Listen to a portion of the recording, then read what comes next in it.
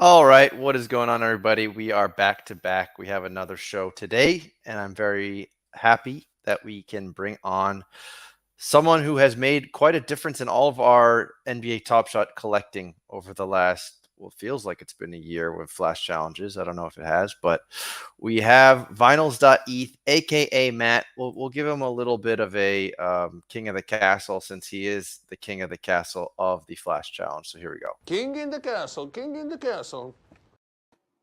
Love me some Borat. All right, well, Matt, thank you for joining me today. I very much appreciate it. I know we have an hour. It's going to be packed with information here and questions and getting to a better understanding of Flash Challenges. But I think first and foremost, the Flash Challenge, I guess you can tell us as much as you'd like here, but how did you find yourself in this seat right now creating Flash Challenges for NBA Top Shot? What were you doing before NBA Top Shot? How did you start at NBA Top Shot, and how did you become the Flash Challenge man? Yeah, so before I joined Top Shot, I was an employment lawyer. I was a partner in a law firm practicing employment law. I was in the legal field for, over a decade. Worked for the state of New Jersey, worked for bankruptcy courts in Delaware and Pennsylvania. And I was like, that was it. Law was the thing. And I was always a card collector. And strangely enough, the day that I discovered Top Shot, which was, it was like right after New Year's. It was like the first week of January 2021. I literally had just gone to my card shop. I grabbed the box of Topps Triple Threads baseball, and I opened it, and it was just like one of the worst boxes I've ever had, and it was hundreds of dollars. Those boxes are not cheap. And I think so. I'm in a couple like Slacks with DFS players, and like the Bales article that was like so famous of getting so many people into Top Shot in that time period was, they were already talking about it, or Bales had talked about it. So before the article had even come out, hey, this Top Shot thing, I just went and bought this thing for $35K, and we were all like, you did what? What is this? And so I went and checked it out, and I think I bought maybe 50 packs that first day. Like I opened like 3 of them. I got a little mellow 4K rookie in one of the first packs. I was like, okay, I'm in. I get it now. Like let's do this. And I started like messaging all my friends. Let's get into this. And so they used to have this thing on the Top Shot Discord called the 100 Club. You had to have 100 moments, and it was a special chat, very similar to what like Courtside is, or like the 9 Lives Lounge now, or it was a gated chat. It was the first gated chat. And I started talking to Usman, who was the community manager back at that point, and me and my buddy Zach, who used to do, a YouTube show, or Twitch show very similar to this called Warren Buckets. And Usman reached out to both of us and was like, hey, we want to bring you both on as mods on the Discord. So this was like the first week of February of last year. And so like I'd be lawyer by day and I'd be Top Shot, mod by night. And back then there was no support team. Like we have an amazing support team now. Our customer support team is just like so on the ball, and we didn't have that. There was like maybe like 2 or 3 people back then. So I actually manned a channel called the Help Channel, and I was like the line of defense between the users and getting to the few CS people we had. And I did that for 6 months, and Jacob reached out to me and goes, hey man, like, you want to come on and work with us? And I was like, well, what am I going to do there? Like, I'm a lawyer. Like, how is that going to translate to this? And I think we went back and forth. There were different offers, and I think it took nearly like 6 weeks from start to finish of getting the first chat with him and getting to the point where I accepted. And that was in July. So like next week will be a year with Top Shot at this, which is just crazy that it's been a year already. But yeah, so that is like the story of how I went from being an employment lawyer to working on Top Shot. And when I joined, I was a marketing manager. I was working on like the big events that we were putting on. I was helping put them together, helping put the challenges together, figuring out like PlayerCon. I did that whole thing, obviously with a lot of help from the other marketing people who are already here. But I mean, we were a pretty small group still at that point. And it was November, like second week in November. There was an offsite meeting in the Vancouver office with a lot of like our top executives, and they were talking about like engagement. And I had pitched an idea about like challenges tied to the NBA games, but didn't really have it fleshed out, didn't really know what it would look like. And it came up and they contacted me and like, hey, like we'd really like for you to give this a shot. So November 17th, I think, was the first one. And it was just a simple grab the top 5 players in scoring. And it was really well liked, and we had good participation, and we were sort of off to the races at that point. So so I mean, I guess we're in about a week here will be 8 months of Flash challenges. And obviously challenges have had to sort of evolve over the last 8 months with the ebbs and flows of not only our product, but the marketplaces and the macroeconomic picture at large. So things that may have worked back in November won't necessarily work now. So it's kind of a constant puzzle that we're piecing together, and there's a lot of long range planning, and there's a lot of stuff that goes down to the wire, and it's stressful to get it right because there's a lot of people that you want to make sure they're having a good time and make sure they're all engaged with your product. Are there any ideas for how you'd like to see challenges evolve that you'd be able to share? Are there any, like, I don't know, just ideas that maybe you've thought about? Yeah, I mean, the biggest one right now, and I don't think we're too far off from it, well, at least I hope not, is having crafting challenges that are not an all or nothing proposition. Meaning we can do a rare challenge where you need to have several rare moments, but the burn component of it is not burning the rare moments necessarily. So you'd have to still collect them, and you still have to put them into your challenge entry, but some slots will be burn slots and some slots will be non-burn slots. And they'll just lock the moments into place until the challenge ends. So we don't get into a situation where people are burning, but then they sell off the rest of it, and then they don't qualify, but they've already burned. So just working through all that technology and making sure we get it right so people have a good experience. But I definitely think that's something that we're going to see over the next year, especially in Flash challenges, when we say, hey, and this specific so-and-so is the moment that has to be burned tonight. I'm just, picturing it now, like Chet Holmgren's going to come up in that slot, and it's going to be like a low mint because people don't want to burn their Chets. So like, it's going to be really interesting. It's going to add a whole new level of gamification. I'm really proud of the team for getting a live counter on there so people can see how many people have crafted, how many moments have been used in these crafting challenges in real time. Because as we start building these out more and more, the gamification is going to keep growing as we're able to customize the way these challenges look moving forward. Okay, that sounds exciting. And have you ever thought about, so there are other offerings, third party that we know of, where it's more of a typical fantasy kind of a challenge, right? Is there some reason why NBA Top Shot never went that route with the challenges where you had to make predictions beforehand instead of gathering the pieces after? Yeah, so I don't know how deep I can get into this, but it is not for lack of wanting to do it. It has Okay. been explored extensively. It has been scoped out extensively. There are some hurdles that are just simply too difficult to overcome at this point. And it's not been, it's definitely not a lack of trying. Like we've talked about every which way, like, doing DFS type offerings, like, like Moment Ranks Play is a great example. Like when that first started, obviously that predates Flash Challenges. That was, the big thing. Everybody went and Right. played Moment Ranks Play every night, and I loved it. Like before I joined, I think I got a second place one night. I got an awesome Tobias Harris moment, which I'm a Sixers fan, so I was very happy about that. But yeah, like I love the fact that third parties have been building that. They may not face the same scrutiny that we do. Because they're not official partners with the NBA. Right. And so you just had, oh my God, it just went blank. Judge on yesterday. Yep. And obviously Judge is working with Super Draft on this, this awesome thing with sets. Stuff like that. We love seeing that type of stuff. And, quite frankly, there's a lot of stuff we want to do, and some stuff can happen and some stuff can't happen.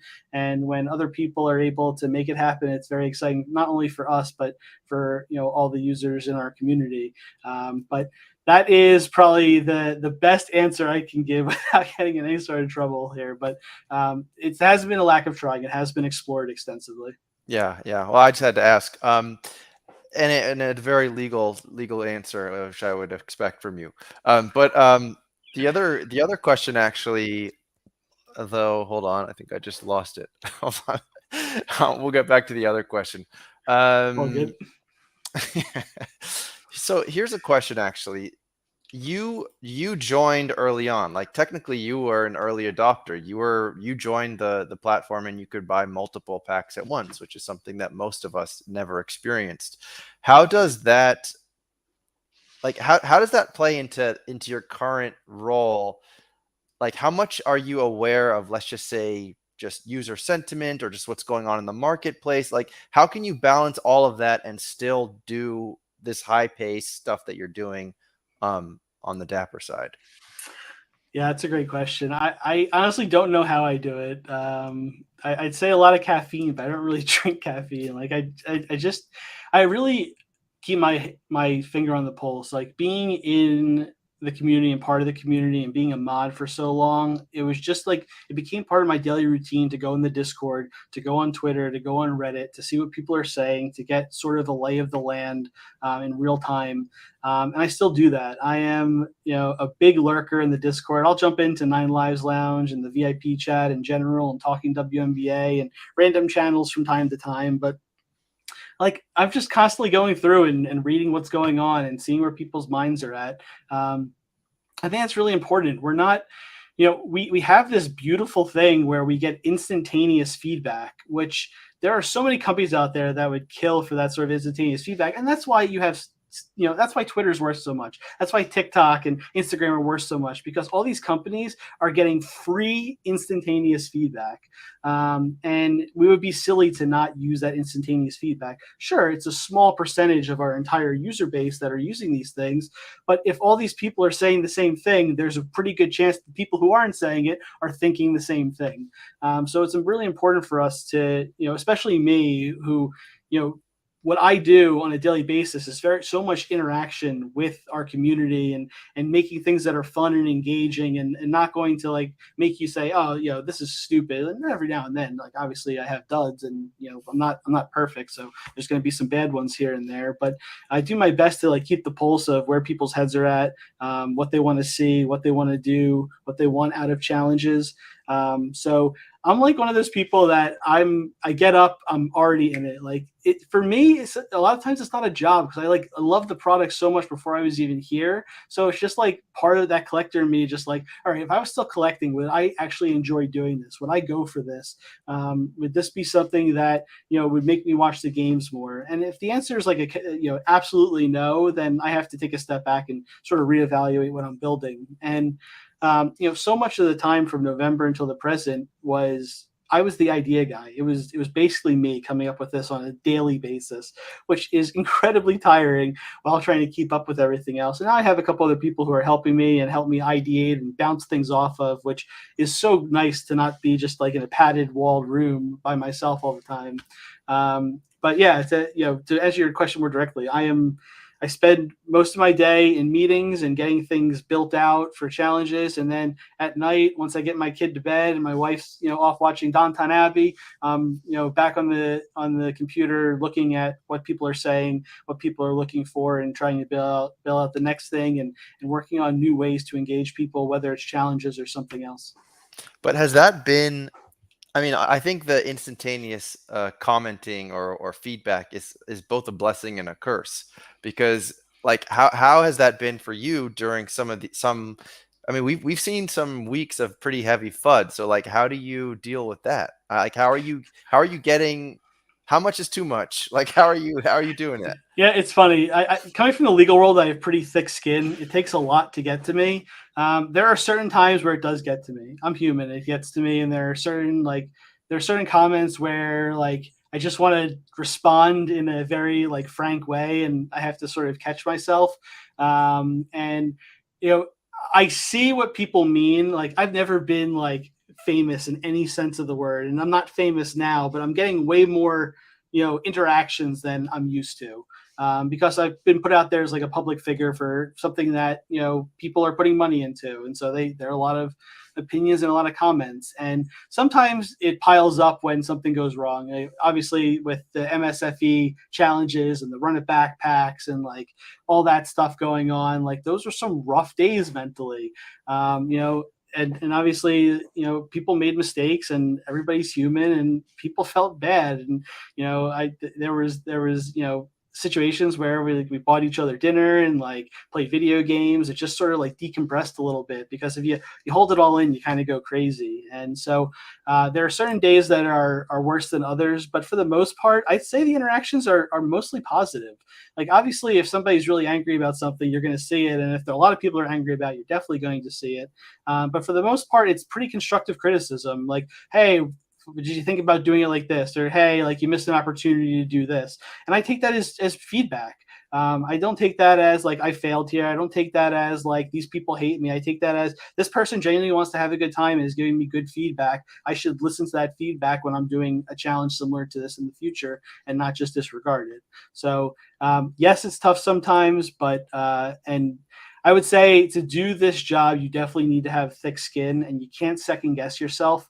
I'm not the kind of person that like will see a comment and be like, all right, let's change the whole challenge. I may tweak something here or there because a point was made that I just didn't think of, that something that was like so outside the view of the way I was building the challenge that I just didn't think of. Stuff like that. I really take note of, and I make sure I don't make that mistake again. So I think it's really important to have that conversation, have that feedback, and not take it as attacks, but take it as genuine feedback to make things better.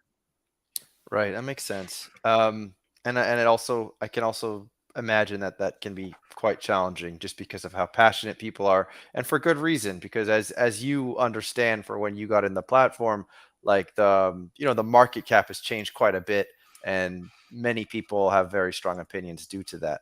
Um, One other question I had was around this idea of what made flash challenges to me so very exciting for a while was this idea of like predicting bottlenecks and predicting like rookies that would all of a sudden pop up. Josh Giddey would be in it and everyone would freak out, and obviously there is like a monetary attachment to that engagement and that excitement. um, how do you balance that excitement and that engagement. And I imagine that you're kind of aware of that, like that sort of speculative side to things. And yet there's this other messaging that sometimes comes across, I feel, that's like, oh, if you like Josh Giddey, we want you to be able to own a Josh Giddey for a few bucks. Like, we don't want you to have to go and spend $400 for Josh Giddey. Like, how do you balance those two things? Do you have any Yeah. ideas about that one? Yeah. So, I mean, obviously, really tough. Like our economist, Justin, has a very difficult job. There's so much balancing because, we have to balance the users that are here, the users that potentially can come in the future. And I'm not just talking about like in the next 6 months or the year. Like, let's talk about in 5 years when, maybe there's a lot more people here. If we don't have a way that people can go and get certain things of their favorite player, they may not stay around. So there's a balance there, but there's also this balance of, scarcity. We want to have scarcity. We want to make sure that the things that people have are holding value or increasing in value. We don't want them going down in value. Nobody wants that, of course. So, in terms of, the overall economy, I can't speak as much to that, but like the microeconomy that challenges have created, that I can speak to. And like one of the big things with the challenge economy, at the beginning of Flash challenges, we didn't really have a whole lot of 60K moments. We didn't have a lot of the supply that came out in Series 3. So there were a lot more bottlenecks. We're talking about Lou Dort. We're talking about Robert Covington. We're talking about, the 4K rookies before they got their Rising Stars moments. We're talking about like all these players that, create these, Bones Highland is another one that came up a bunch. I think Monte Morris was a bottleneck early on. And so we had all these really cool bottlenecks just because there weren't a lot of moments from those players at that time. And then a lot more came in. So like that speculation on the bottlenecks wasn't as valuable anymore because, people could go out and get that moment for $2 readily. And so we played around with having, the wheel, for example, where you had, you had to get a moment from that player with a 15K mint count or lower, a 12K mint count or lower. Obviously, that backfired on me. Big learning experience with Paul George, MSFE. Took my licks on that one. But like we had to like sort of invent new ways to create that speculative side to get those people who were like, okay, I see what's going on here. I need to go grab this player, and this player because if it's under 15K, like this is the moment people are going to be going for. This is like the cheapest one that I can get right now. I got to go for this moment. And so, now the challenge is we have a lot of moments for all these players. How do we still get the speculators to have the fun and get people to go out there and be like, okay, what player, almost treating it like a DFS or fantasy, like, all right, what player do I want to get because they're likely to hit in this, set of circumstances that has been set out in the challenge. And so I think crafting is going to sort of bring that back. And like I was saying before, when I have that functionality that's going to allow me to say, hey, you need all these guys, but this person, they're going to need to be burned. And it's going to have to be a specific moment, maybe under, a 15K mint count or something like that. Or maybe, under a 40K mint count. So I'll get some of those 35K mint counts in there. It's things like that I think will be able to sort of reinvigorate that sort of speculation. Because if we say, hey, you just as an example, you need the top 10 scorers of the night. But the 3 top scorers, you're going to have to burn a moment of theirs. That's going to change the way that people are going to approach that challenge because, if it's a super easy challenge, and let's say it's like 3 superstars at the top of that list, which if we're doing points, let's be honest, it most likely will be, we could potentially be burning, 15,000 moments of, a top player.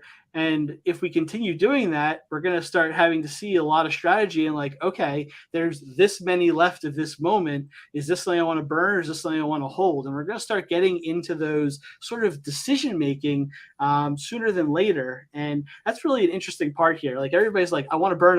Like, let me burn more, like faster. We need to get the supply down. We got to pace ourselves because if we go too fast, we swing the pendulum all the way to the other side.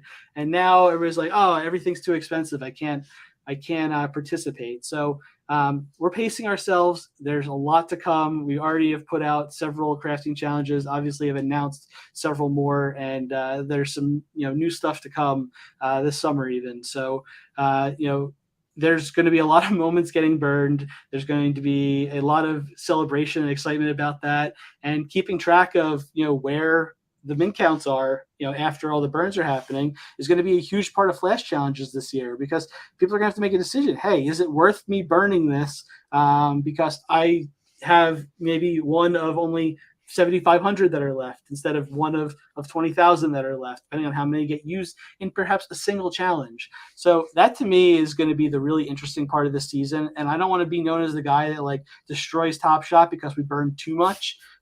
So we really have to pace ourselves and make sure we do it in a thoughtful way that does what we want it to do, but not overdo it. So I definitely hear that. And I think this idea of having to like weigh out if you're going to burn or not based on how much is still left is very interesting. And I think it does feel far away, like just from a consumer standpoint right now, just because of how of like basically what the 60Ks did to the marketplace. And I think we see that too, because when you see like a 60K, a 40K, a 35K, a 10K, even all very similar in price, that sort of is a symptom of it's like there's just too much. But at the same time, I hear what you're saying. But I do want to ask you if we got to a point where, let's say, way too much was being burned, how difficult would it be for the minting team to be like, oh, okay, whoa, we need to pump the brakes a little bit. Like the 60K, I don't even know who to use as an example though, because just use everyone's favorite Bruce Brown. Because if it's Bruce Brown, then that means we're now burning like 115,000 Bruce Brown moments, which would, to me, seems like that would be quite a lot. And now there's only like 5,000 affordable Bruce Browns on the platform. If that were the case, and Bruce Brown's floor has now gone from $2 to like $25, why couldn't the minting team, with the way the technology has advanced, and we saw, for example, the Steph Curry MSFE was minted like 2 days later, couldn't there be some kind of a special pack? We could call it the Bruce Brown pack, and then all of a sudden we release a whole bunch of Bruce Browns and Terrence Davis and whatever other shrapnel that we need to throw out there into the marketplace because of what you're saying. Yeah, so it's a really interesting question, and I think we're still working through what we want the minimum to be. Like I don't know how much it helps anybody if Bruce Brown goes from having those 260K moments to having like 300 total between the two. Bruce Brown having those 300 and the price going up and being worth more than a John Morant or Zion Williamson or a LeBron, doesn't really make all that much sense. And right now, obviously, we don't have minimums. Like we don't have like a thing in place that says, all right, if this player has a 60K, you can't be burned below 15K. We don't have anything like that. That is active, that exists.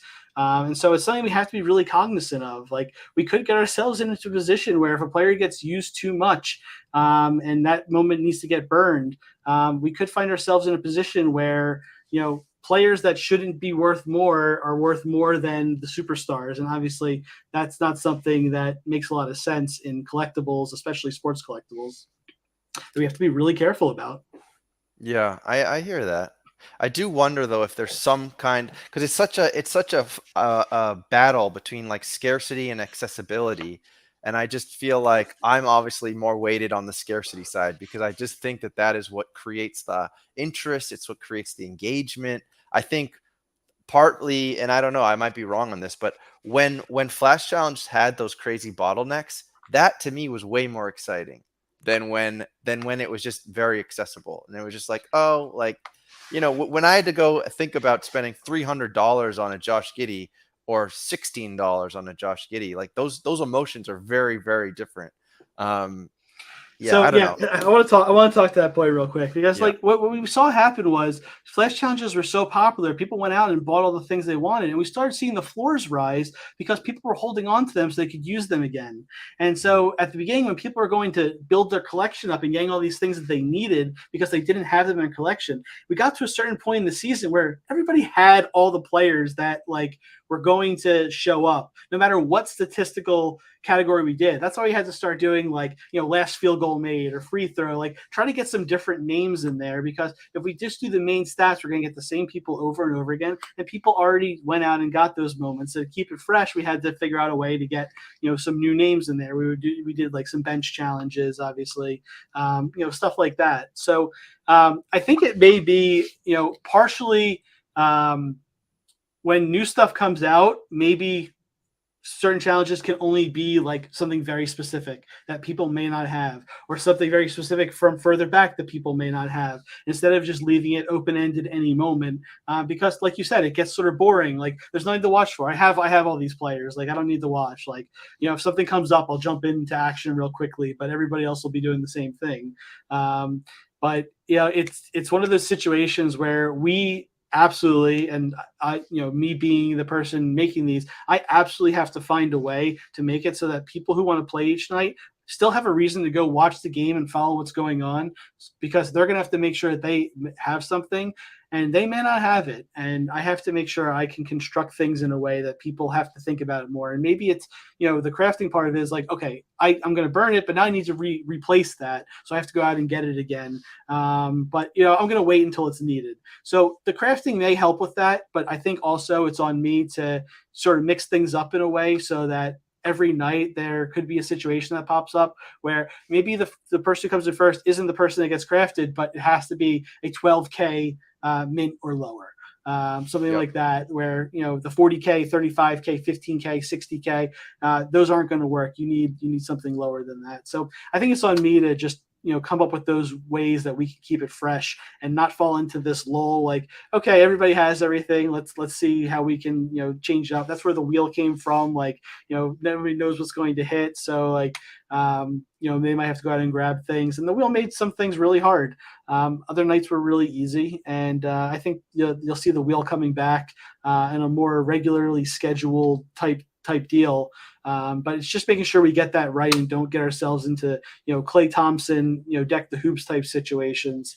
But yeah, it's really on us to make sure we can keep it fresh. And obviously it's difficult, doing these things every night and trying to come up with the different stats and looking at the players that are playing and make sure that we're not just, giving the same players shine every single time. It's a lot to keep track of and really difficult to get right. But I'm confident that we can do it. Yeah, I think you can too. I think that's also kind of what made the some of the, well, actually no, that's not true. Not all the playoff ones were easy, but because you had to have certain like MGLEs and things and certain playoff moments, it actually wasn't so easy. But I can tell you an anecdote. So I live in Europe, so I don't watch. I watch almost no live games. But I was spending some time visiting my wife's family in Brazil, and I bought the Rondo debut. And there was that one night, unfortunately, when the marketplace dropped. I'm sure you remember this perfectly. Yep. And then they gave Rondo the shine in the next challenge. Yeah, I missed my opportunity. But anyway, it was Rondo. And it was him against Drew Holiday, and it was this head-to-head matchup. And I was like, my mind was kind of blown as an NBA watcher, which was like, oh my God, now I get it. Now I get why flash challenges are so much fun. So it has to have that speculative, frankly, that financial aspect where it's like, whoa, Rondo's going to the moon right now. Like, what do I do? Do I hold? Do I sell? What do I do?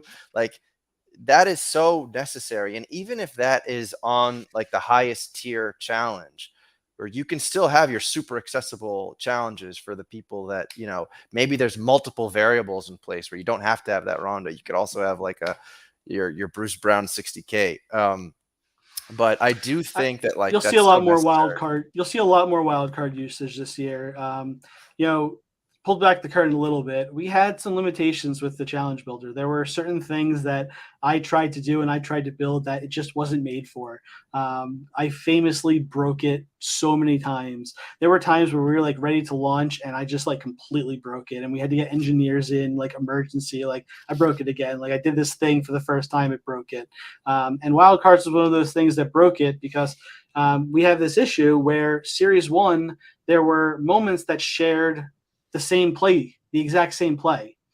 And on our back end, there's a play ID. and the play ID was the same for all those plays. And so we had certain challenges where it was like, hey, you need a rare, legendary, or top shot debut. And it's really hard to do a rare, legendary, top shot debut with the tools I had before, because if you think about it, I have rares and legendaries from Series 1 for those players. Let's say it's like a Jason Tatum or a Trae Young, or players that are around in Series 1 that are still around now. And like they had rares that shared a base set non-top shot debut.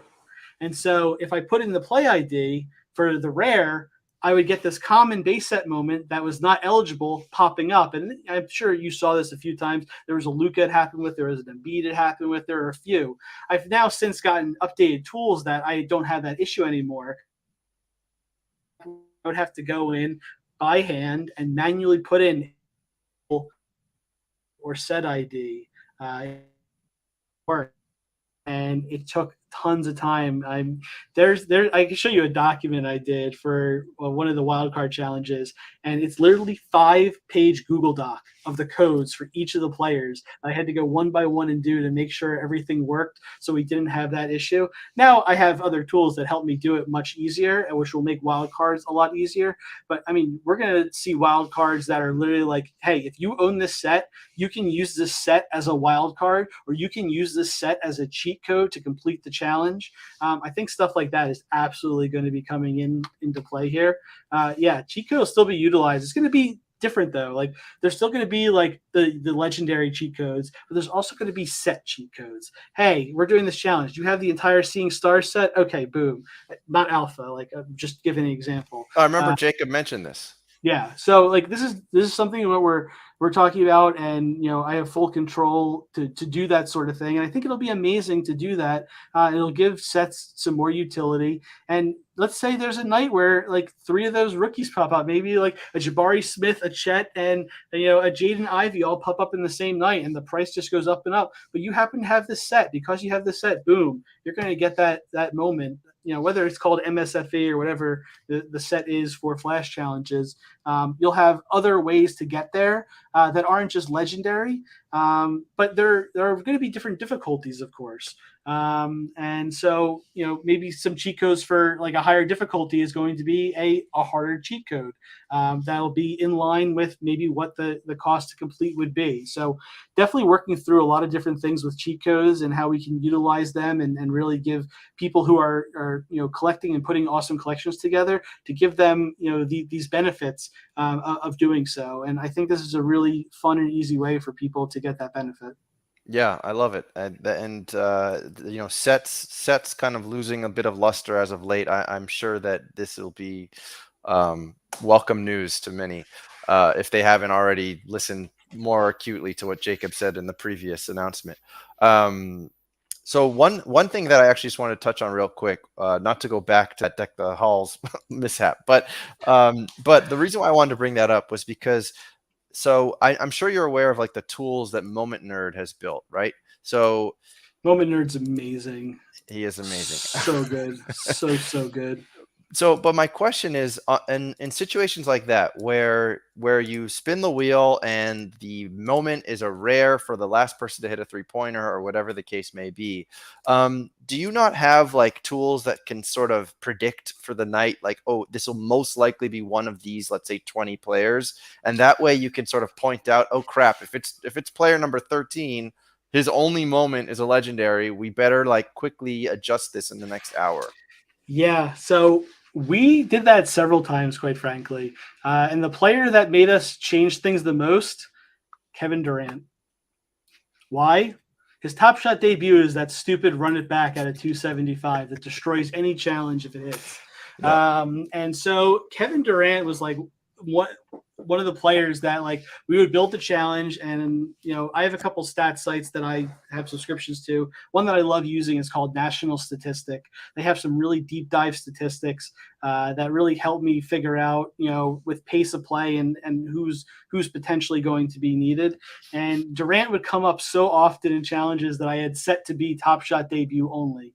And one of the things I get on Twitter all the time is, why did you stop using Top Shot debuts? Kevin Durant came back from injury is one of the main reasons why Oh. Top Shot debuts didn't get as much shine.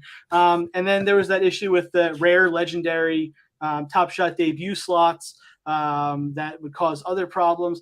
Now those things are all fixed. So Kevin Durant, I could just do Top Shot debut or rare or something like that. But like when I want to do Top Shot debut only, and Kevin Durant is a very big possibility, it's irresponsible for me to do that. So when we go to talk about Clay, we looked at it. There was a chance that Clay was going to hit there, but it was a wheel. So there were many things that had to happen. First of all, it had to hit on the 3-pointer, and then it had to hit on the 4K, which was only 2 out of possible 10 on there. So like the chance of it happening was around 7%, and that was a chance that we were willing to take given the cheat code that we had. And looking back on it, should I have done something differently? Should I have made it so that there were no 4K slots on there so that the Clay, Deck the Hoops wouldn't have hit? Yes, of course I should have done that. The chance was so low that we still went for it because the way that the wheel was structured, we really liked. And we wanted to make sure that it wasn't this like super, super easy challenge because it was Paul George. It was the final one. It was a great play that we had from Paul George. He was, about to come back and help them in the playoffs, and it was like a big thing. Obviously, it didn't work out well for them, but in retrospect, yeah, I would have changed it, obviously, and that was the thought process there. But there have been many times where Durant's just one main example because it came to mind quickly because it's happened several times. But there are several like we would do the Top Shot debut challenges on the nights when the Nets weren't playing because we didn't have to deal with that. And so there are little things like that we have to be aware of, and we dodge a lot of bullets that way. There were at least 2 where there were Top Shot debuts, and Durant wound up coming up, and had we not changed it, it would have been worse than Paul George. So you win some, you lose some, but we are very much keyed into that. And I know what many people in the community said, hey, we should have known Clay was going to happen, but the chances were very, very slim. All right. Well, it's interesting to hear the backstory to that, and it's also reassuring for those that enjoy the Top Shot debut to know that you have gotten past this kind of technical challenge, and maybe we'll see more utility for those Top Shot debuts moving forward. So I know we have quite a bunch of questions here. We got about 15 more minutes with you, so I want to go see if I can find. Please, any questions, fire them off. Yeah, guys, if you ask questions earlier in the stream, like I'm going to try to find them, but please feel free to ask them again. One thing I wanted to actually ask you is, when you look back at all of the Flash challenges that were released, which one are there certain ones that feel like, wow, we really nailed that one? And like, because the one that comes to mind for me is the Steph Curry moment. Just because of the man, what a story on that Steph Curry moment. I can right. tell that story, but finish your thought and then we'll talk about Well, that. my thought was just that like certain moments like that just feel like these are some of the most important moments on the platform. Like this is a collectible, a digital collectible. This is a collectible moment of one of the greatest players of all time, and it's being minted in such a unique and cool way, almost to showcase what a different piece of technology NBA Top Shot is and can be. I think it's exactly what I fell in love with when I first got around this idea of what NBA Top Shot was, is that it's taking trading cards to the absolute next level where you truly can mint even in the same night, like we saw in Summer League last year, or when Steph Curry does something like this, like the next day or 2 days later, and you can have this super desirable moment. So like, how do you sort of work around that massive fluctuation of like emotional or just value of a Flash challenge moment, where one night you have Steph Curry, the other night you have like a 20K Obi Toppin. Yeah, like how do you do you ever think that maybe there should be some kind of like segments of these Flash challenges where like it feels very different? Like, okay, this is the historical moment. This is LeBron James breaking the scoring title or whatever, and then the next night is I don't know, like you said, Anthony Simons. Like, Yeah. how do you juggle both those things? Yeah, lot to unpack there, and a lot to talk about. So let's start with Steph, because that was the first thing you brought up. Steph was the fastest we ever got a moment on platform after it happened. And that was a big effort. We had to reach out to the NBA and say, hey, like, we're going to do a moment based on whenever this happens. We want to get approval. We want it to be quick. We want to be ready that night, that we can like put out this challenge, as soon as it happens, basically, and let people know, hey, you can get this Steph Curry moment.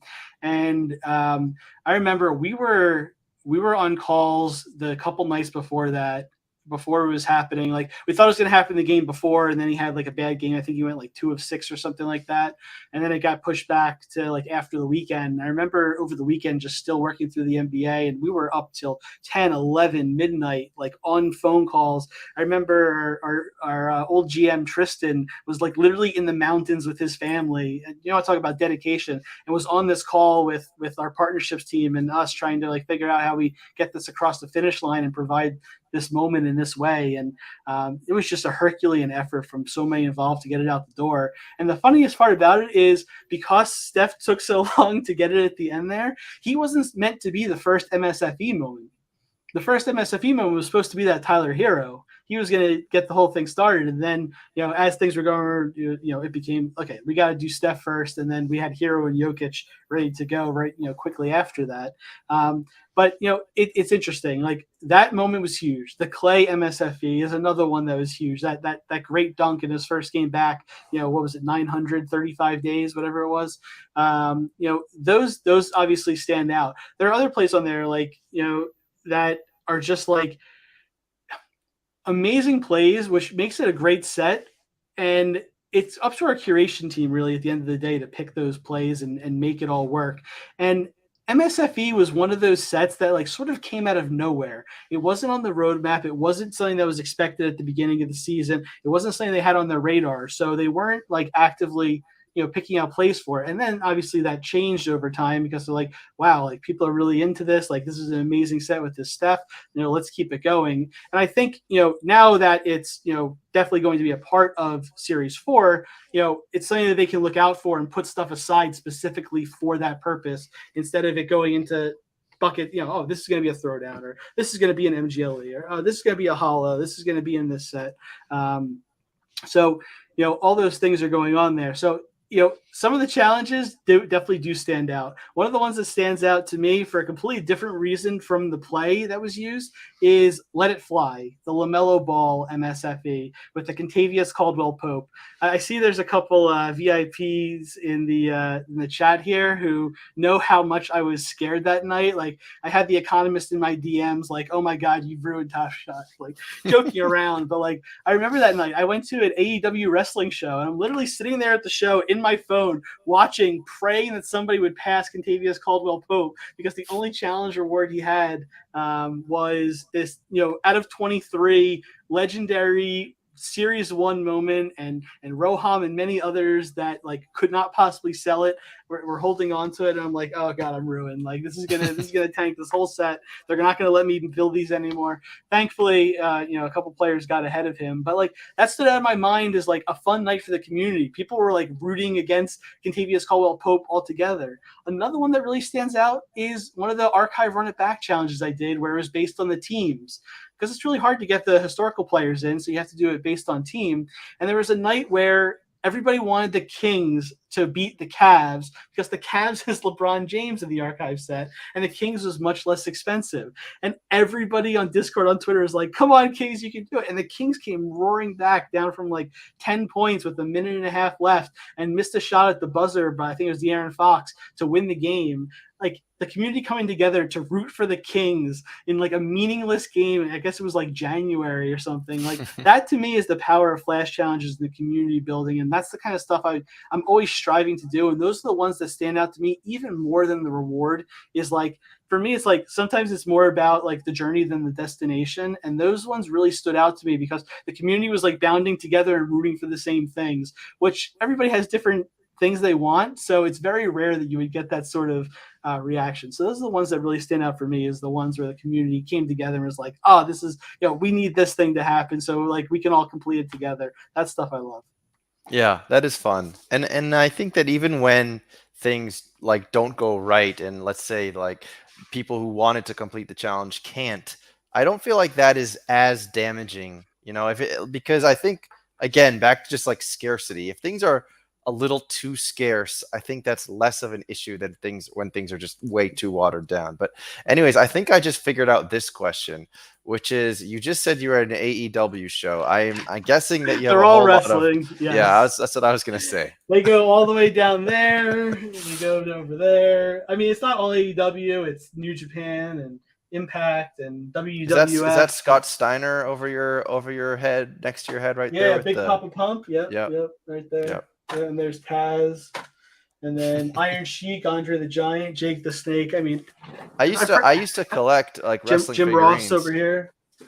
I collected figurines as a kid, but I don't remember these ones. These look like very small figurines. So these came out in 2018. They're called Micro Brawlers. They're 3-inch figurines, and I was into them, but not really like super into them. And then I was like, I just kind of went for it. And like, you guys are just seeing like a small part of it, but like it goes all around me. It's just, I've always been a toy collector, like my whole life. And I just love collecting. Over my head over here is an NFT that I bought, and they sent a physical of the NFT over here, and there's another one over here and over there, and back there are Fish concert posters. I have tons and tons of concert posters. I used to collect, tons and tons of vinyl toys, which I just needed to find another place to put everything. My wife's like, you're crazy. And I'm like, okay, I'm okay with that. But yeah, so like collecting's always been in my blood. I get it on a very, very like intimate level. And so that is like a big part of what I, do for Top Shot, is like trying to bring that collector experience. And, when I fail, it hurts me, because like if I was on the other side for some of these things that happen, I would be just as angry, if not angrier, than the angriest people. And when I was on the mod team, I had no problem, telling Jacob in our weekly mod meetings like the things that were like really wrong. And so I absolutely love that passion, and I invite that passion. Obviously be constructive, like don't make it personal attacks. But like I'm always, and a lot of people know, like if you DM me, I'm gonna respond. If you send me something on Twitter, I'm likely gonna talk it out with you. If you send something on Discord, I'm gonna send it out to you. I'm gonna talk to you about it. Like I don't shy away from confrontation. I'm a lawyer at heart, so like that's what I did. I argued with people, and I love doing that. And I think it's healthy, and I think it helps push the product forward. And always willing to do that.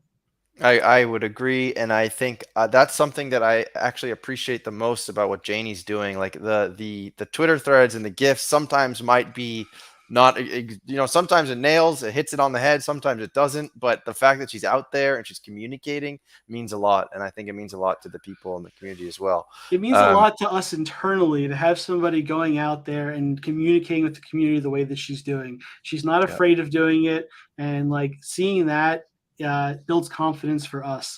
And like you said, yeah, some of the memes don't hit, some of the comments don't hit, but she's putting herself out there. She is learning the product so intimately, and she is talking to every type of collector there is to like get all the different angles.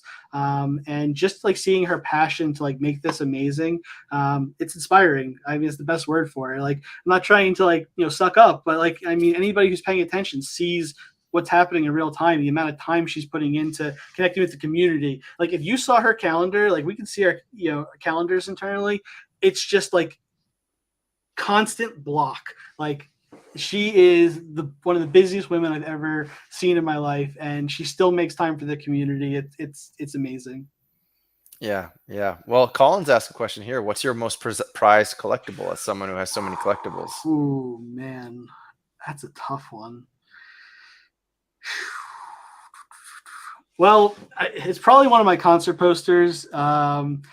in terms of value, it's definitely one of the concert posters. In terms of sentimental value, it's a concert poster from a Trey Anastasio solo show that he did in Princeton, New Jersey, which is where he grew up. And I just happened to go with my dad, who got me into the band Fish however many years ago. And it was like this intimate little setting with like 250 people. And so like every time I see that poster, like I'm always transported back to that amazing show that I don't even think there's a recording of it, which is so rare this day and age. There probably is. I just haven't been able to find it pretty readily.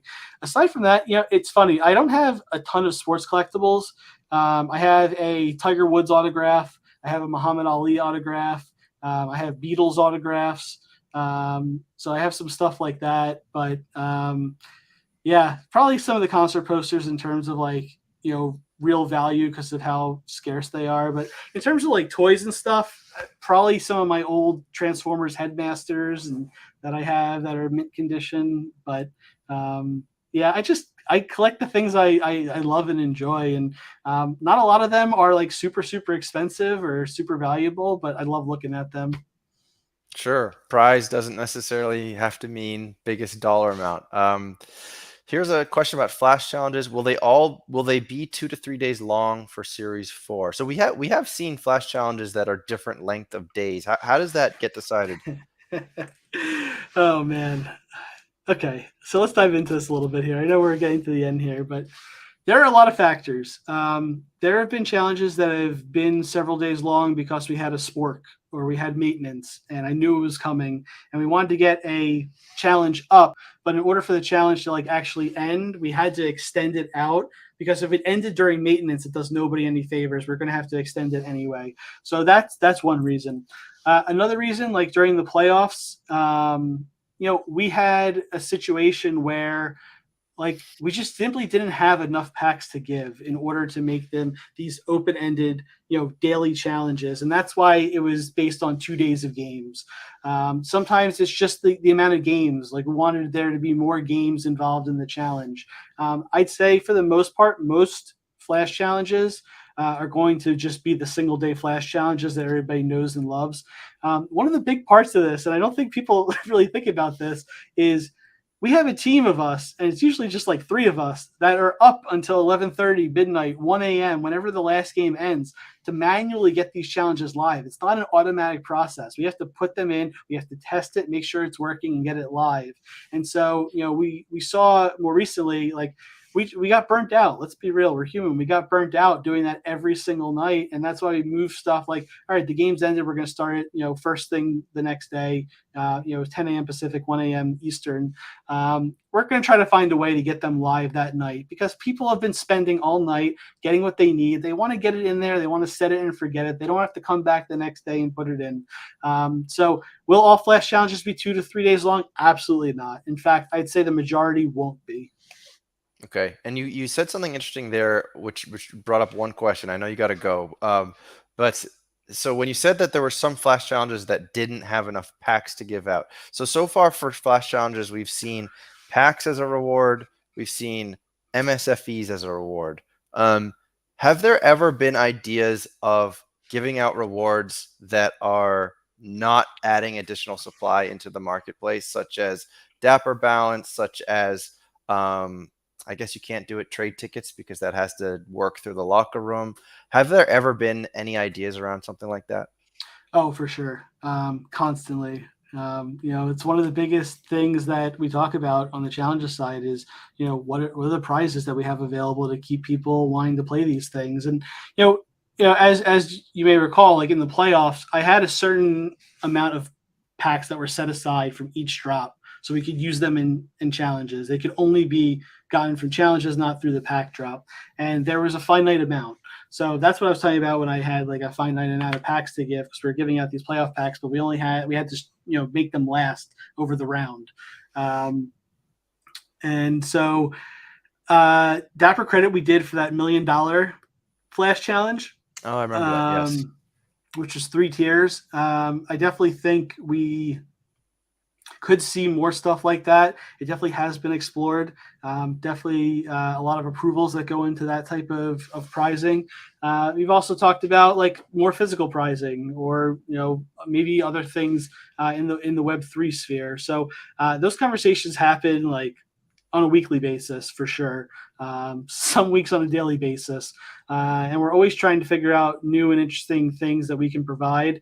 But to your point about supply, I just want to make it very clear that when I'm building challenges this season, my goal is to never increase supply with a challenge. At the very worst, a challenge will be net neutral, or a set would be net neutral. There may be sets even where some of the challenges are just regular flash challenges, but some are crafting challenges. But those crafting challenges more than make up for the moments that came into circulation through that other challenge. So it's going to even out, and we're keeping very meticulous track of it. And as I said on the spaces with Jacob, it's my goal that challenges will not create any additional supply, but in fact actually significantly reduce supply. Yeah, I mean, I can tell you.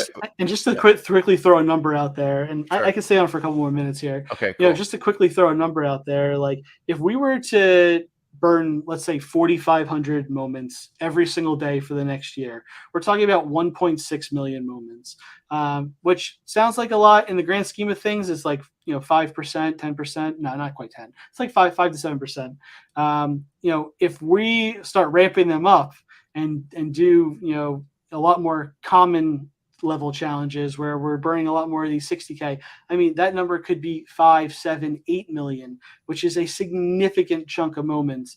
And so it's going to be really interesting to see how this all plays out. We have so many cool things planned. And there was one thing I wanted to come back to that I forgot to talk about before that you had asked about, or maybe somebody in the chat asked about it, was, are we going to have like different sets than MSFE for flash challenges? The answer is probably yes. There's probably going to be multiple sets that are going to be based on mint count.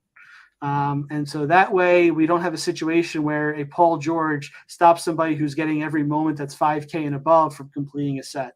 But the people who want to go for those low mint ones will know, hey, there could be a situation where there is a lower mint count, and that's sort of the risk you're taking going for, the hardest of hard. So working through how that will be built, but that is definitely something that we are discussing.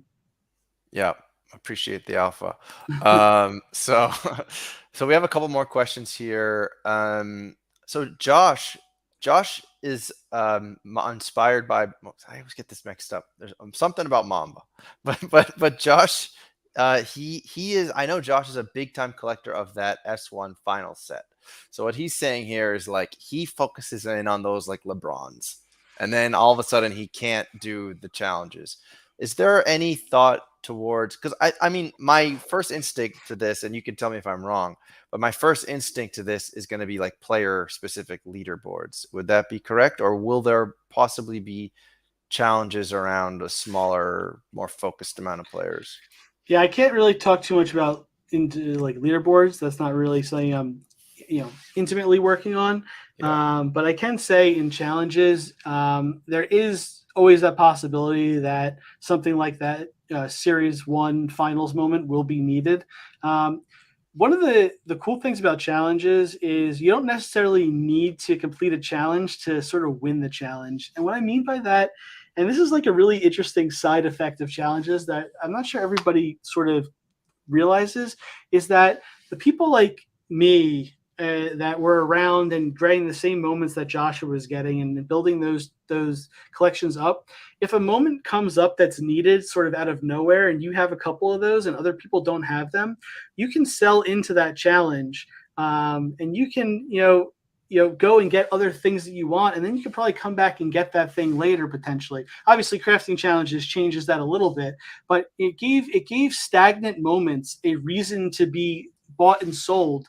And people who are holding certain moments, it gave them an opportunity to sell at either at cost or even above cost, which wasn't the case for some moments up to 6-7 months at a time where that couldn't happen. So while I do understand that it's tough for you to be able to finish a challenge because you don't have like a wide array of moments. I do think that opportunities pop up that will allow you to expand your collection. Maybe there's a moment that you were looking to get rid of and it comes up, and then you can go get that other moment you've been looking for.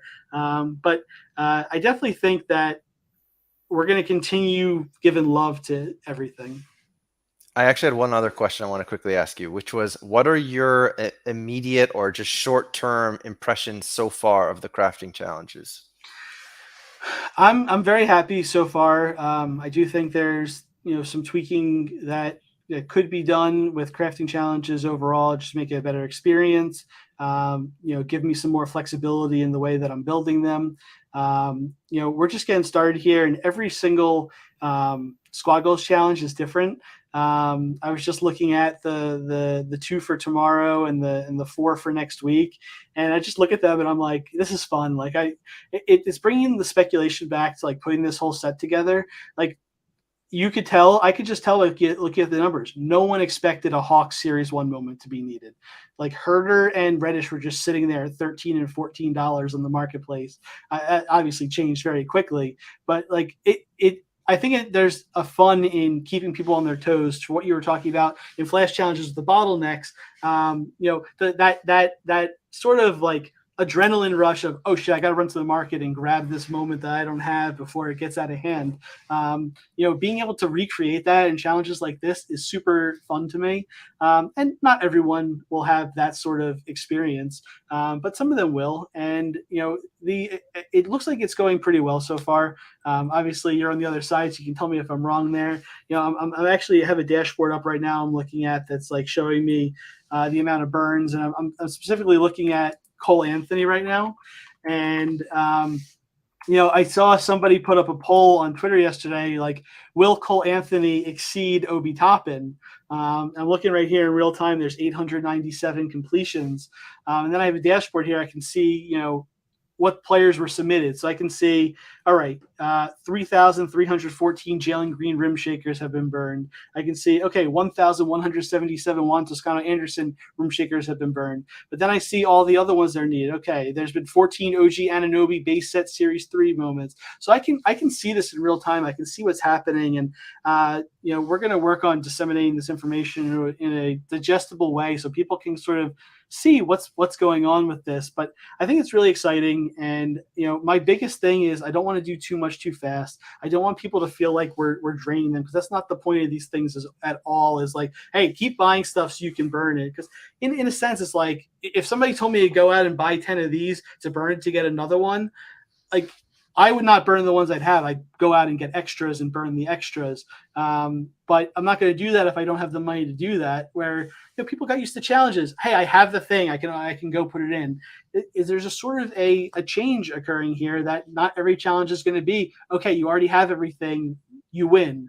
And so it adds some gamification. It adds some decision making. If you need to go complete a set and you're a set completer, like I'm a set completer, I'm not going to go burn the things I have. I'm going to go get extras of those things and burn it so I can complete the set, or I'm going to go grab that thing afterward. But I'm going to take that chance that if not that many people complete it, I may be paying a lot more for that thing than I would have had I just gone and grabbed extras of everything. So I think there's all this new gamification, and we're seeing indirect sales, meaning like people are going in and buying the Rex, but they're holding them hoping that the amount dwindles by a significant amount. So now by buying it and not using it, they actually have, let's say a rare goes from 879 to 560. You now have a rare that has 300 less additions. That rare is going to be more valuable on the other side than it was before, now that you held it. So there's all this decision making going on, and it's not necessarily the people who are burning. There's also people who are buying and holding these moments, saying, okay, this is what's going to be used a lot. It's going to go down in editions available. Let me grab one because I think the price is going to rise. So like, we're seeing stuff like that too. Like if you look at the commons that were used in the Golden State Warriors challenge, they went up and they stayed up. And that's a really interesting learning because those were all like fairly low mints for commons compared to base set. So that's a really interesting learning of, hey, let's see what happens as we go on here. Will certain commons stay at a raised value because people realize, okay, there's this much less of them now. So we're going to see how that all plays out, but definitely interesting to keep an eye on. Yeah, yeah, it is interesting, and I have seen that also in previous challenges as well, where things pump and they don't go back to their original number. And I think it's what we've been saying already. It's just like that feeling of scarcity, that feeling of knowing that there's not going to be a new edition of 60,000 of that player coming the next week. That makes the biggest difference, I'd say. For Um, I, sure. so I guess the final question, and I'll let you go, but is maybe you've already answered this, but what are you most excited about for Flash Challenges in Series 4? I'm most excited that I have a runway of planning prior to the season. And I don't want to give away everything that I'm working on because there's some fun stuff, but that's the part I'm most excited about is I really have like months to get this and build it right and make it fun for everybody and make sure we get the sets right and make sure we get the challenge builds right and how we want to do it all. That to me is the most exciting part because last time, as I talked about earlier, I got kind of thrown into the fray mid-November and was told just go for it. And we just, very, very much by the seat of my pants certain weeks. Like we were waiting to, 30 minutes before we launched to get to make sure a play was being able to be used, or we had to change the day of because it wasn't approved. And like, there's all these things that go on that we're going to be able to get so far out in front of that it's going to be a much less stressful and much more enjoyable experience for everybody involved. Well, that sounds great, and I hope we just keep on hammering home the idea of scarcity. Of I'm on the burning side. Let's keep on burning. Let's just make a nice dent in all this 60K stuff that sort of took a lot of air out of the balloon. For And sure. And I'm and keeping good track on Veerman's tool that shows how many moments have been burned and how many are in the locker room. Like I'm very keyed into that and keeping an eye on that, seeing where we get to. All right, awesome. Well, Matt, thank you so much. I mean, I feel like we could probably go for another hour, but I'm not going to do it. Probably. I really enjoyed this chat. I think the chat also definitely enjoyed hearing a little bit more about the backstory of how this all happened, and there's definitely some interesting alpha shared as well. So I'll let you go, but Matt, thank you so much, and yeah, I wish you the best and the best for this platform, of course. Appreciate it. Thanks for having me, and always love talking Top Shot. All right, man. Take care. All right. Well, that was Matt, aka Vinyls.eth. So now we know why it's Vinyls.eth. It's clearly because he's got a lot of fish vinyls that he's listening to in his downtime. But I hope you guys enjoyed that chat. I certainly did. I'm just going to take a quick look if any of you guys have any other comments that you want to share. Let's see here. Jump Shoot. I haven't seen you in the chat for a while, so nice to see you. Boudouin is giving a little thank you over there to Matt. So Weisberg, you're saying that people could buy extras that they could speculate exactly. I'm sure people are doing that. And that was part of the fun too, back in the days of like Cool Cats, really. That was some of the most amped up, charged up, exciting times as well. People want a duck race. Okay. Well, we could do a duck race. Why not? So let me get my duck face on and we will do a duck race. So got to get the duck face on. Let's see here. Got to go back here. All right, here's the duck face. So let me get the Nightbot going up and then we can start quacking in the chat. So just wait for that Nightbot. Let's see. All right. Right now you should be able to quack in the chat.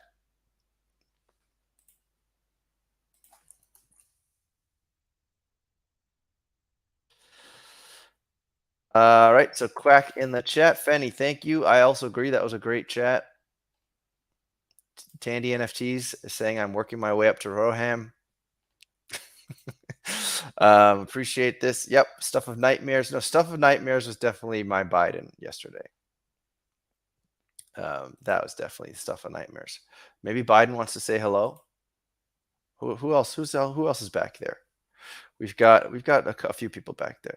I was actually looking for some different filters today, but yeah, I mean, I have Bernie. we got to choose between two Bernie Sanders. I'll give you your two options. We have this Bernie, and then we have this Bernie. This Bernie's pretty scary.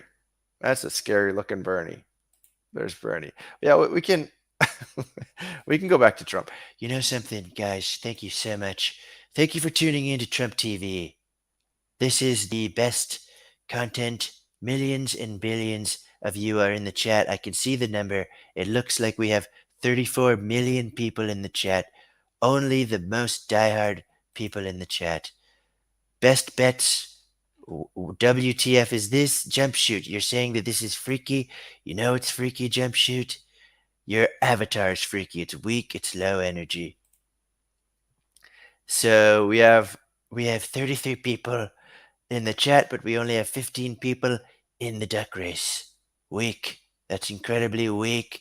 Low energy, not tremendous, not good at all, not great, and certainly not beautiful.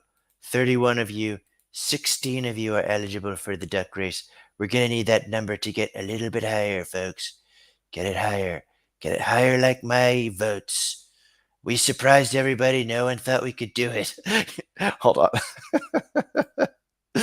Oh God. You know, I was just thinking about something is that people are going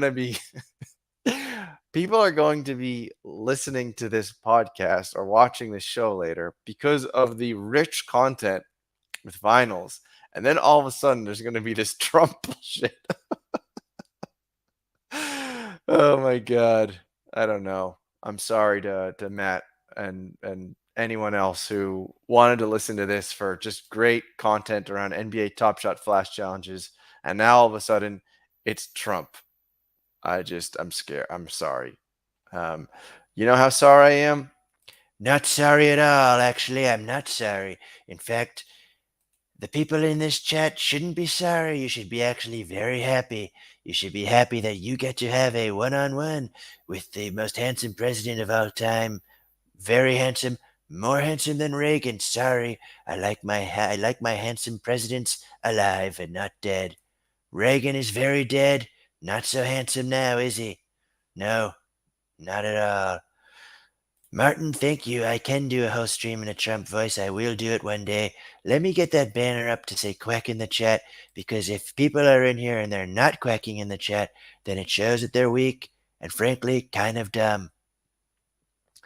I definitely have the best hair in this chat, and let me tell you something that Martin, the best part of this comment is that Tandy is just a real son of a bitch, and I am the president of the United States.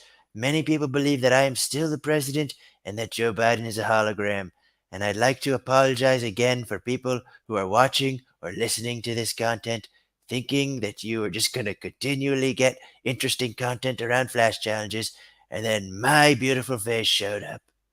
I'm incredibly beautiful. I'm in wonderful shape. I have the health of a 25-year-old man, but all I do is eat cheeseburgers and drink lots of Coca-Cola. Goes down good, does a body good.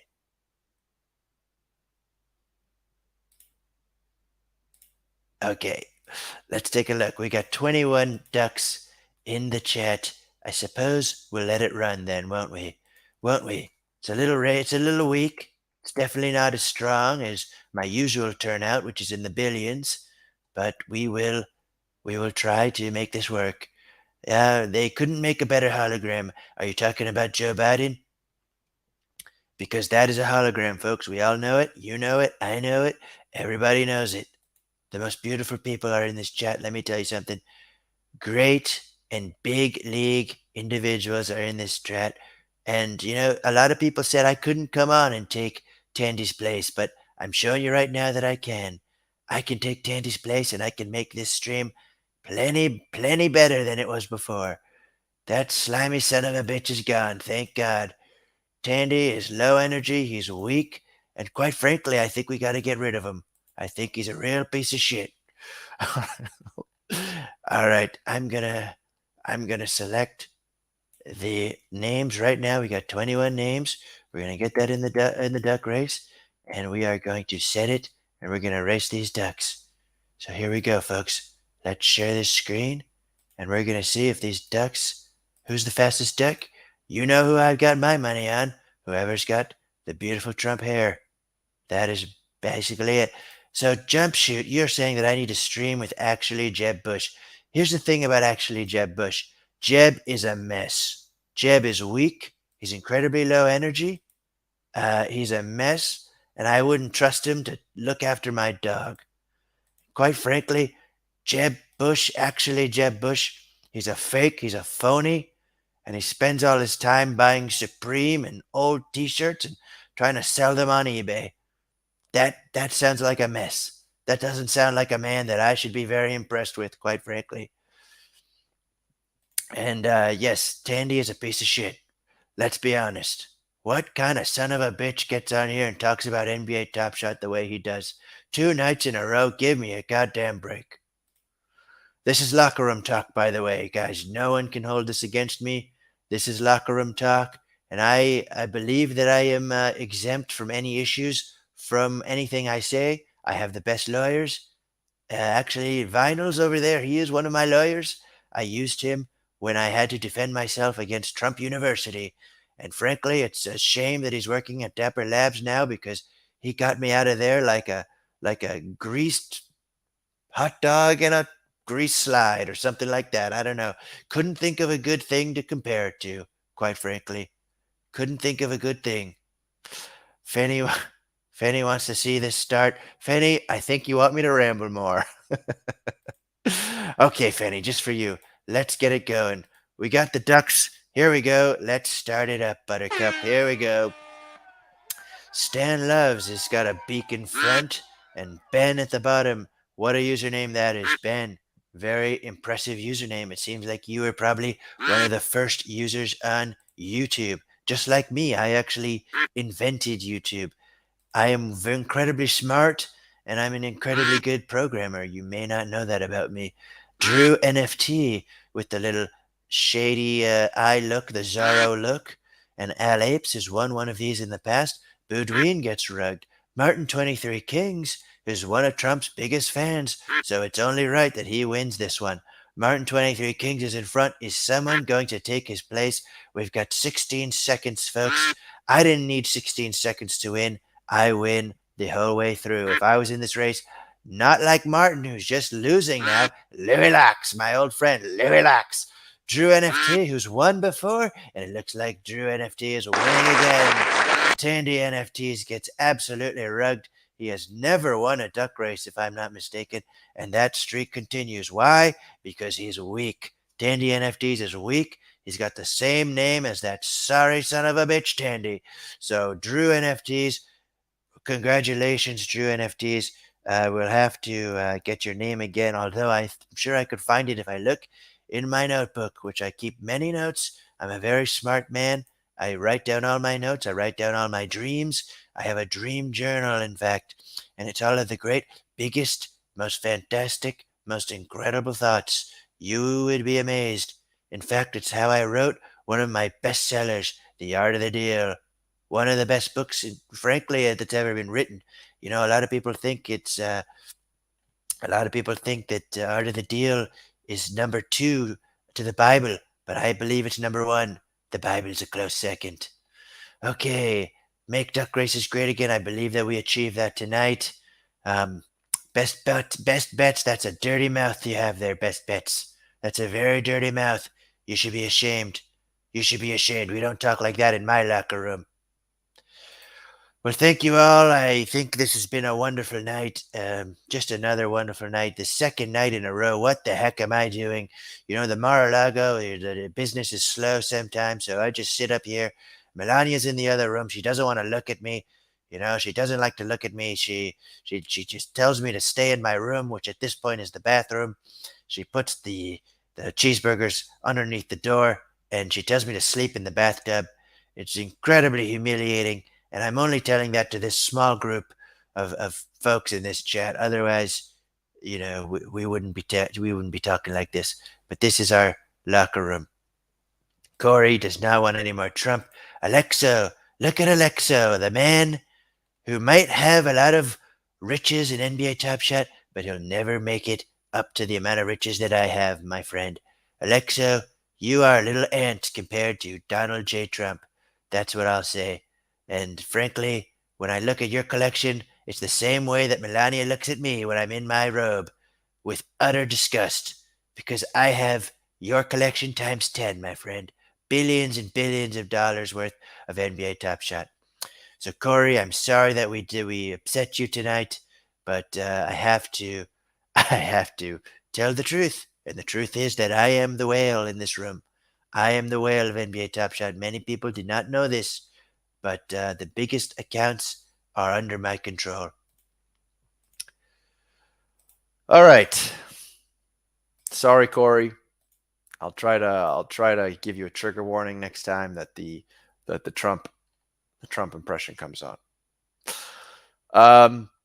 All right. Well, someone wants a little Bernie. Tandy NFTs. Tandy NFTs, thank you for supporting me. I always knew that you were my greatest supporter. And thank you. And together we will take back Top Shot from these billionaires like Alexo with billions of moments. And we will take it back. And we will give back the most rare moments to the people on this platform that are the hardcore middle class and lower middle class collectors, the ones that line up only for the common packs that have never gotten a legendary pack. And it's not fair, and it's something that we need to address, and the time is now to address it. We have to give back this platform to the people who buy the common moments, the people who collect the 60Ks. No more of this tyranny of the 1% of the 1%. And that, my friend, is Alexo. Okay. Okay. Well, folks, thank you all. It's been fun. That was actually, honestly, a really interesting and probably one of the most engaging interviews I've had in a very long time. To get a little peek behind the curtain there, to get a little bit of alpha there, it was really great. And I hope that we can talk to more Dapper Labs employees, because that was wonderful. And someone needs to type it all out, though, and send it over to Zakarian and Weisberg, the people that want to know everything as soon as it happens in a more unified way. So that is about it. Who is a number one Bernie bro? Oh, Dream Shaker? I didn't know that. Well, we got to send this to Dream Shaker. Yeah, are you not entertained, folks? Are you not entertained? You come here for the Top Shot. You get the Top Shot Alpha. You get to speak to a dapper employee, and then you get to listen to Trump impressions. This is what I try to do for you all, okay? So I hope that you've enjoyed it. Tell your friends. Get your mom signed up. Subscribe to this account. If you haven't subscribed yet, please subscribe. Since Alexo is here, we got to give him the oldie but goodie. We love the community. And since this was such a nice peek behind what goes into Flash Challenges on the Dapper end, we got to give props to Roham's team.